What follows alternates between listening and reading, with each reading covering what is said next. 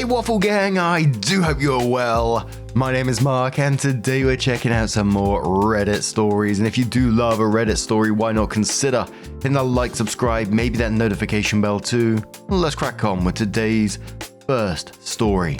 Much love, guys. Now today's first story comes from OK Selection 3777 and says, am I the arsehole here for refusing to invite my parents to my wedding after 14 years of no contact? I was in no contact with my parents since 14 years. The story behind is long and boring, but I will simplify it. My parents divorced when I was 14, after my dad caught my mum cheating, and the divorce was extremely messy and hostile. And the only thing they had in common is that they didn't want to have anything to do with me. I never understood why, and they never told me, so I went to stay with my grandparents, and since then I tried for a year, but they completely ignored me, so I cut contact with them. Skip forward to a few days ago, and somehow they showed up again for my wedding. I'm getting married in 4 days, and I'm already stressed by myself for the big day because everything must be perfect. Now they decided to barge in out of the blue. For my wedding, obviously, I invited my grandparents, my aunt and uncle, my cousin, and her 2 little daughters, and my friends. So everyone, but of course not them. And they decided to step in a week before the wedding, not asking but pretending to be there just for some photos. This is the most ridiculous part. They don't want to be there for the whole ceremony and the day, but just for the photos, and then they would go away. I obviously ignored their texts and calls because for no reason I would even think to have them at my special day. But the thing is that my family knows how my parents were completely absent until now. But according to them, this is their way to try and make amends and a way for them to ask for forgiveness. I obviously don't believe as this is BS because to me it's very simple. They just wanted to show up for the image of the perfect family and then disappear. But obviously, I'm not exactly in the mood for any drama and BS. My girlfriend, my friends, and most of all, my grandparents are on my side. And they keep telling me that they never showed up for me for 14 years and they're doing it now just for image. But obviously there is that little part of me who spent years crying because I missed them and never had any answer on why from the divorce, and they completely ignored me. So for how crazy it might sound, they actually succeeded in planting the doubt in my mind because I know rationally that I shouldn't cave. That little part of that abandoned kid wants to have closure with them and have answers. So, am I the arsehole here? Should I give them a chance? Or should I ignore them like I did? Absolutely not the arsehole, and don't let these people anywhere near your wedding. Like you said, it just feels like they're coming into your wedding to make them look good for some sort of family image that they've always cared for you, etc. When you know that's not the case. They're not your immediate family. It's your grandparents and your friends that supported you all this time. I mean, they had what was it, 14 years to reach out and apologize or even send like a birthday card or something, but they chose your wedding week. When you're already stressed out, you're vulnerable, you're trying to deal with stuff, it just feels like they've done that on purpose. But I also understand OP's feelings of wanting closure. I think it's natural for some people to want closure. These people meant to love OP unconditionally. And usually in a story like this, I always come in like when you want closure and you can talk to someone and maybe come to something. But I would literally say in this one, absolutely not. Stick to your boundaries, stay away from these people. They can't just walk into your life after this amount of time on your wedding day and get to play happy families. It just doesn't work like that. Absolutely awful people to even consider doing this in the first place. Commenter says, not the arsehole, hire security. Commenter replies to that saying, definitely hire security, and send them a message in writing that they are not welcome at your wedding or any events you will be present at, and you will have security to remove them. Tell them that if they ever hope to speak to you ever again, they will stay away from you and your wedding. If they cause you any grief at all, they will be cut off forever. Call or send a text to every family member attending your wedding. Remind them of how your parents threw you away all those years ago and tell them that this is absolutely not the time to try and reach out to you. You are not interested. If they don't agree or have a problem with your boundaries, they don't need to attend your wedding. If your parents don't stay away and respect your wishes, it just proves you are right for staying no contact. Don't give in to any pressure and don't invite your parents or let them anywhere near you. Commenter says, not the arsehole. The wedding is not the time for reunions. It's about your new union and your love with your partner. And one more commenter that says, not the arsehole. If they truly wanted a second chance and gave a crap about you, they wouldn't choose the week of your wedding to step in. And if in some twisted way they did think this was the time, they would ask to attend the ceremony and say no photos are necessary. So then OP did come in with an update and says, I will start by saying that my parents won't come to my wedding. I arrived at this after talking a lot with my grandparents, and they finally convinced me to open my eyes and to not let that little kid who wants his parents back kick in. I had a pretty bad argument with my parents, and honestly I thought to, feel bad, have remorse and all this stuff, but honestly, I don't. They even tried the pathetic move to talk sense into me by my fiance, but she already knew everything, so she simply sent them to hell. I paid a bit more for extra security since I'm getting married in 2 days, and I don't want any scene or drama or anything, and that's it. Right now, I just hope that my parents wouldn't try something crazy at my wedding day, so I will wait and see. Commenter says, excellent update. You're protecting your peace and ensuring your wedding day will be drama-free. Congratulations. Commenter says, if they haven't been in your life for 14 years and only show up now to cause drama, you don't owe them anything. Your wedding should be about you and your partner, not dealing with old family issues. Good move having extra security just in case. And one final commenter says, you absolutely did the right thing by not allowing your parents at your wedding. Seriously, they only wanted to be in the photos but not for the actual ceremony. That's disgusting if you ask me. And what's up with those relatives who said it was their way of making amends? Really? Making amends for a divorce where they made it crystal clear they didn't want you, and for 14 years of zero contact, is just showing up to a party, snapping a couple of pictures and then leaving like nothing happened. Come on. My gut says those same relatives who fed you that nonsense were the ones who tipped your parents off about your wedding in the first place. Hope everything goes smoothly, man. Don't stress. This day is your day. It's your wife's day, and don't let those two ruin it for you. And absolutely good on OP, like the commenter said, for protecting their own peace in this, and that's absolutely the way it should be. There were some comments like confused about if the parents were divorced, and it sounded like that they had some kind of divorce, and it sounded like it was a pretty bad one, and then decided to just ignore OP for X amount of years. But when the wedding came round, they almost wanted to come together to have these photos, like to play this happy family kind of thing, which is just weird in itself. But now I'm going to turn this one to you guys. What do you guys make of this situation? Let us know your thoughts down in the comments below. Let's move on to another story, which comes from Apprehensive Bus 128 from the Relationship Advice subreddit. And it says, my 19 female boyfriend, 20 male's eyes scare the crap out of me. I'm not sure what to do from here. Posting on my spam because my man's on Reddit. My boyfriend and I have been together for 6 months, but have known and been friends with each other since we were 17 and 18. I mention this because it's relevant. He has never ever been abusive or manipulative, either verbally, physically, or emotionally. Never a hint of any of that nonsense. We're both very level-headed people, so no crazy fights with screaming or anything like that, as we view that as disrespectful. There are some disagreements and stresses we have, as we're long distance and pursuing different paths in life at the moment, but we have a very healthy relationship. Now here's the main issue, and it's kind of insane sounding, but I don't know. A couple of months ago, we were having a civil disagreement about something, and he was glancing at me from the corner of his eye and speaking to me, and the look in his eyes genuinely scared the shit out of me. And it's not about the eye color or anything like that, it's the look. You know how you hear about the soulless eyes that serial killers have? Like, no joke, that was 100% there.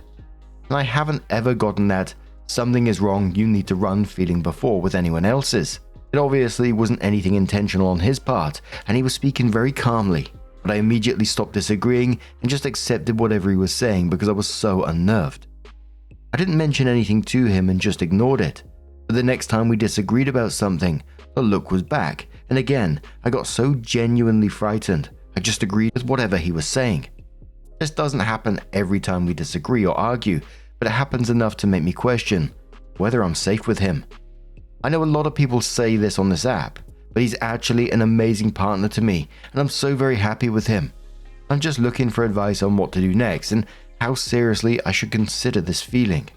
Now, in a situation like this, I would absolutely say to trust your gut, because at the moment you're just recognizing that something is dangerous and you're changing your behavior based on fear from him. That's control in itself, and now that it's happening multiple times, it is controlling behavior. And a commenter says the same. It says, that is your primitive brain recognizing a threat. It can be wrong, but you definitely should not just dismiss it. Commenter says, listen to your gut.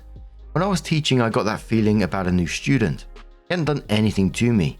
Wasn't even in my class, but he looked at me once in the hallway and he had dead eyes. Like his humanity or soul wasn't there. Empty. I was so freaked out. Chills down my spine, but I told myself I was overreacting. Other teachers loved this kid, so I chalked it up to me being tired or something. No, this fucker lit a girl on fire a week later, poured something on her and lit her on fire. She didn't know him. He said he saw her in class and decided he wanted to watch her burn. Gee bloody whiz. Commodore says, I took a self-defense class once, taught by a police officer. He said if a guy ever looks at you like this and demonstrated, he is dangerous and you need to stay away from him. I can't describe the expression he had, but he's a trained cop and believed that certain expressions showed a man is dangerous. So trust your instincts. Many people just get a subconscious feeling about someone else and just feel that person is dangerous without knowing why. It's a subconscious warning them based on subtle clues their conscious mind is not aware of.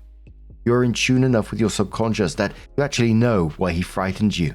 Listen to your subconscious. If you are right, you might save your own life. If you're wrong, well, there are plenty of other guys out there who won't terrify you during arguments. So win-win. I wouldn't risk staying with him personally. His look would be a deal breaker. And the commenter says in quotes, it obviously wasn't anything intentional on his part, and he was speaking very calmly, but I immediately stopped disagreeing and just accepted whatever he was saying, because I was so unnerved. And then continues to quote, I didn't mention anything to him and just ignored it, but the next time we disagreed about something, the look was back again. And I got so genuinely frightened, I just agreed with whatever he was saying. And the commenter says, he knows what he's doing. He noticed you just accepted whatever he said, so he did it again in the next argument. If victims regret anything, they regret not listening to their gut. So it was over 8 months later, OP comes in with an update and says, for context, I made a post in the beginning of the year asking for advice because my boyfriend would get this weird hollow look in his eyes whenever we would argue. If you're curious, look up what false killer whale stares, and that's the best comparison I can make. Regardless, the post got a lot more attention than I was expecting. A fairly popular YouTuber even reacted to it. That was wild. I was super overwhelmed with all the comments and DMs telling me different things, so I chose to just forget I ever made the post in the first place and just move on. After all, my boyfriend and I were in a totally super healthy relationship, right? Right? It's so funny looking back at my original post because I insisted so hard that we had a healthy relationship, when really something was always off in hindsight. But since there was no textbook abuse, I just ignored it in the beginning, because after I made that post, I started being more critical of the way he treated me and noticing things that I hadn't before. Now, I'm not sure if that new awareness is what caused more arguments to start happening, or if it was because we stopped being long distance and started to live together, but we started fighting daily. Turns out he was pretty controlling from the beginning, discreetly making me feel bad about hanging out with friends and family instead of him, insisting I not go out for safety reasons. After a while, this turned into him getting angry if I gave literally anyone else attention, even my brothers. He would get mad if I didn't approve plans, either with friends or family, with him ahead of time. But I wouldn't have to approve his plans. Always checking my phone, but he'd get mad and snatch his phone if I ever looked through his. You get the picture. All the while, he was free to have his own social life and do whatever he wanted, and if I ever complained about any of it, he'd call me dramatic. There were so many other rules that I had to live by, or else I'd get ghosted. I was a pretty calm person before getting into this relationship, but I would often find myself exploding out of frustration of being isolated, not heard, and humiliated. For example, once I was crying because we were arguing for so long, and I just wanted to go to sleep, but he wouldn't let me. And he started laughing and imitating my crying face. I genuinely exploded and started yelling. And he didn't apologize, but rather said that he was just trying to lighten the mood. I don't know why I believed it, but I felt so bad for yelling that I spent the next 2 days pacifying him so he could forgive me. You might be asking, OP, he was an immature control freak. Why didn't you dump him? Good question. One, for the longest time I genuinely felt like the bad guy in our arguments because he would never yell, but I would. And I'm not saying I'm perfect. There were definitely mistakes I made, and I should have handled myself better. But in our arguments, they would last hours because he would drag them on by connecting every mistake to something bigger. If I let my phone die while on call with him, that meant I didn't love, respect, or care about him. I'd get overwhelmed and ask for a break or to go to sleep, and he would refuse and continue on and drop in hurtful comments and jokes until I finally would snap. And the second I snapped and yelled, I became the villain in my mind, and I'd feel terrible. 2. There were many moments I wanted to leave, but I felt like I couldn't leave because of the mental games he'd play. He had this thing where he'd love to punish me and give me consequences for my bad behavior. These consequences could be 3 days without speaking. It could be me having to cancel a hangout I was looking forward to, etc. But after any consequence, he would follow it up with a stubborn showering of what felt like genuine affection, love, and comfort. I'd be angry and push him away, and he'd persist until I wasn't angry anymore. The way he'd act after I'd been isolated made me feel like nobody has ever loved or will love me like that. He admitted to me once that he'd do similar things to his dog when he was a kid. He'd beat or pinch his pets growing up so that when they would cry or yelp, he could hug or kiss them. Before we started dating, he told me he liked to comfort people. I didn't think that meant he would take it upon himself to provide both the suffering and the subsequent comfort. Is that not insane? I can't make this shit up. The dude was a nut, and what's even more mind-boggling is that everyone thinks he's the sweetest, most respectful guy out there. Hell, I was good friends with him before we dated, and I thought he was the best thing since sliced bread. Whenever I finally had the balls to break up with him, our mutual friends were shocked to find out that I ended it because he's just the nicest guy. And oh, OP, he was husband material. Ugh. Sorry for the rambling. Even though we broke up 2 months ago now, it's honestly still pretty confusing to get my mind around. Anyway, we're done now, and I'm never planning on speaking to him again. I definitely wasted a lot of time with him. But oh well. Better than wasting a lifetime, I guess. Moral of the story, listen to your gut, or at least some type of common sense. Commenter says to OP, wow, very textbook cycle of abuse stuff. I'm sorry you experienced this. The loving stuff he did was called love bombing, and is a tactic abusers use to keep their victims dependent on them. The cycle is tension, incident, reconciliation, calm, and that just repeats over and over. You'd have the tension build up of trying to follow his rules but still want to live your life. The incident of a blow up when things got too much of a head. The reconciliation where he would love bomb you back to not being mad at him. And the calm period before he'd start to ramp up things to get back to the tension stage. Very proud of you for leaving this guy. It can be really hard to leave an abuser and often takes people several tries where they end up going back before ever getting out for good. ETA, the needling until you blow up, and then he makes it look like you're the crazy one is super common abuse tactic too. Basically they poke and prod and say increasingly horrible and enraging things. But since they're sociopathic, they don't feel things the same way. So they stay calm for all of it.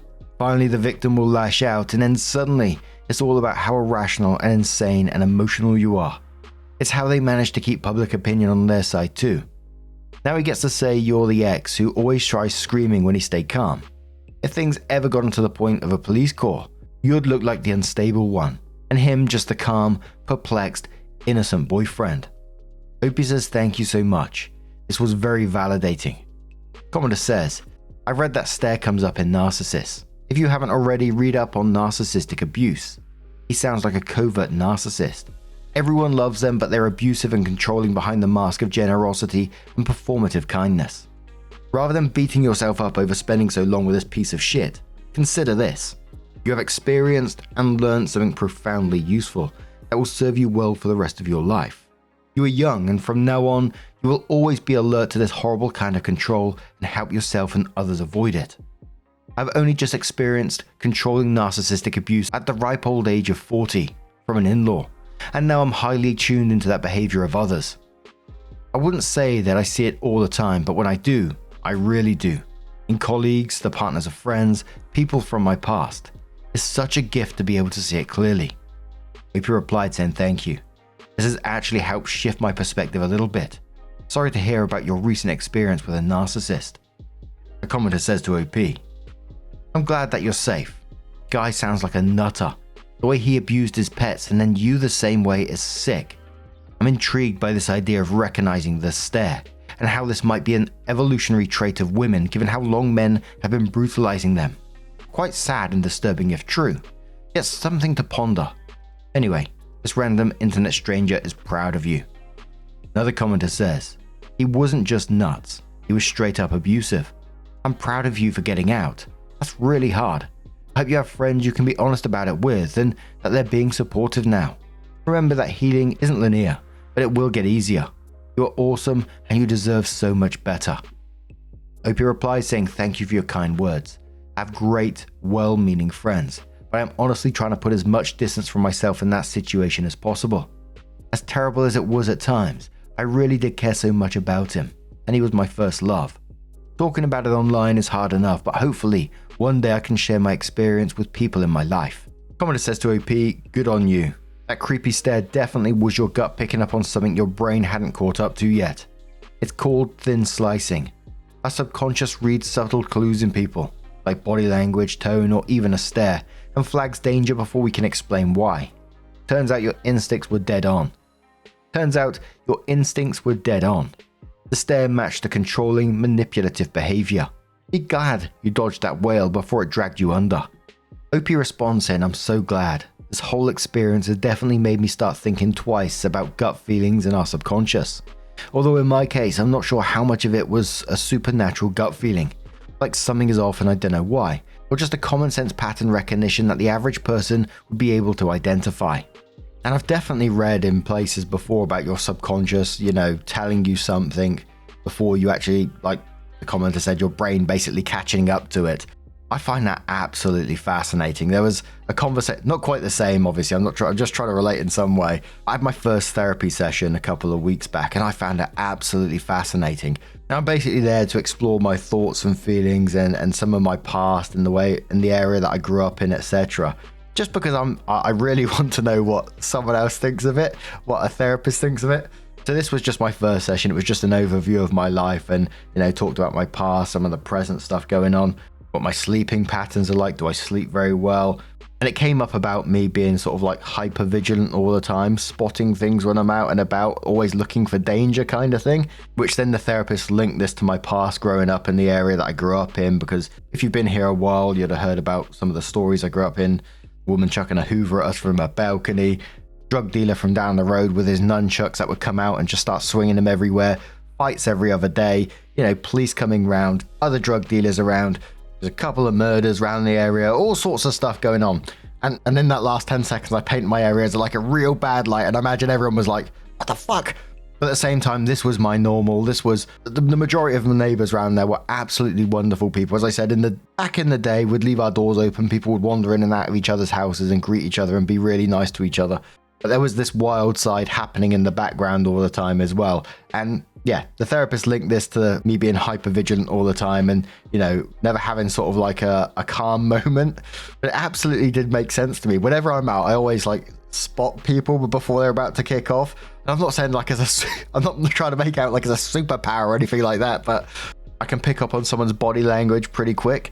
Not sure where I'm actually going with this, but I felt like I had to talk about it. But anyway, I'm just going to leave you there with that one. I'll keep you updated on my therapy sessions. You know me, I'm open book mostly. Oh, one last thing actually. So she was asking the area that I grew up in and I was explaining it. And I told her the story about the woman chucking the Hoover off the balcony at us. And her face, it was a picture, let me tell you. It was like I was reading a Reddit story to her. I imagine she needed therapy. I imagine she needed therapy herself after that. Bless her. But what do you guys make of this situation? Let us know your thoughts down in the comments below. And just a huge thank you for being here today, getting involved in the stories, your love, your support, your time. It always means the absolute world to me. So thank you so much. And hopefully I'll see you in the next one. Take care and much love.